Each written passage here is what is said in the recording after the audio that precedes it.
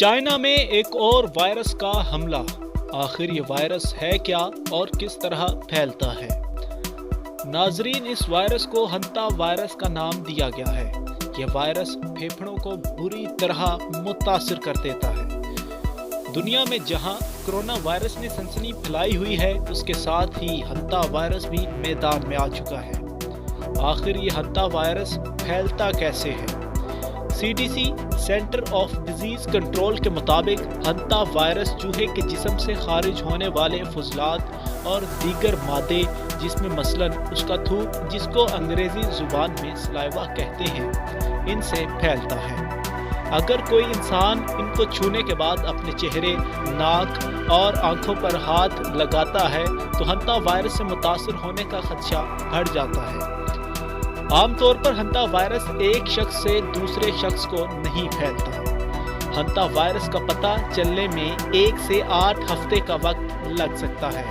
ہنتا virus کے جسم پر اثرات میں بخار، سردی اور الٹی کا آنا شامل ہے۔ یہ وائرس پھیپھڑوں کو بری طرح متاثر کرتا ہے۔ اس سے پھیپھڑوں میں پانی بھرنے اور سانس میں تکلیف کی شکایات آ سکتی ہیں۔ اب تک دنیا میں 60 کیسز سامنے آ چکے ہیں۔ سینٹر آف ڈیزیز کنٹرول کے مطابق اس وائرس سے موت کی شرح 38% ہے، جس نے پوری دنیا کو پریشانی میں مبتلا کر دیا ہے۔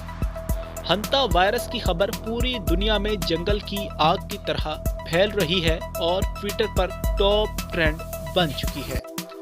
ہنتا وائرس سانس کے ذریعے بھی پھیل سکتا ہے۔ وہ جگہ جہاں چوہے اپنے فضلات اور جسم کی دوسری رطوبات سے ہوا کو آلودہ کر دیں، وہاں موجود انسان کے جسم میں یہ وائرس سانس لینے کے عمل سے داخل ہو جائے گا۔ یہ طریقہ ایئر بورن ٹرانسمیشن کہلاتا ہے۔ یا وہ کھانا جن کو چوہوں نے آلودہ کیا ہو کھایا جائے، اس سے بھی اس وائرس کے پھیلنے کے خدشات بڑھ جاتے ہیں۔ اس کے لیے کیا احتیاطی تدابیر کی جائیں؟ ناظرین، ماہرین کے مطابق صاف ستھرائی سے ہی اس بیماری سے نمٹا جا سکتا ہے۔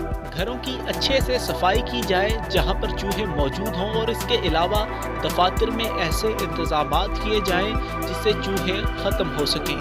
خاص طور پر ہائیکرز اور کیمپرز کو یہ تلقین کی گئی ہے کہ وہ اپنے کیمپس اس جگہ پر لگائیں جہاں پر چوہے کے بل نہ ہوں۔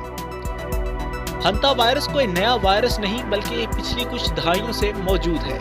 1978 میں جنوبی کوریا میں اس کا پہلا کیس سامنے آیا تھا۔ کرونا وائرس کی وجہ سے دنیا کی بگڑتی ہوئی صورتحال کے باعث ہنتا وائرس نے بھی سنسنی مچا دی ہے اور ٹویٹر پر ٹاپ ٹرینڈ بن چکا ہے۔ گلوبل ٹائمز کے مطابق چائنا میں ایک شخص اس کی وجہ سے جان گنوا چکا ہے۔ اس کے پیش نظر جس بس میں یہ شخص موجود تھا، ان لوگوں کے بھی ٹیسٹ کیے گئے ہیں۔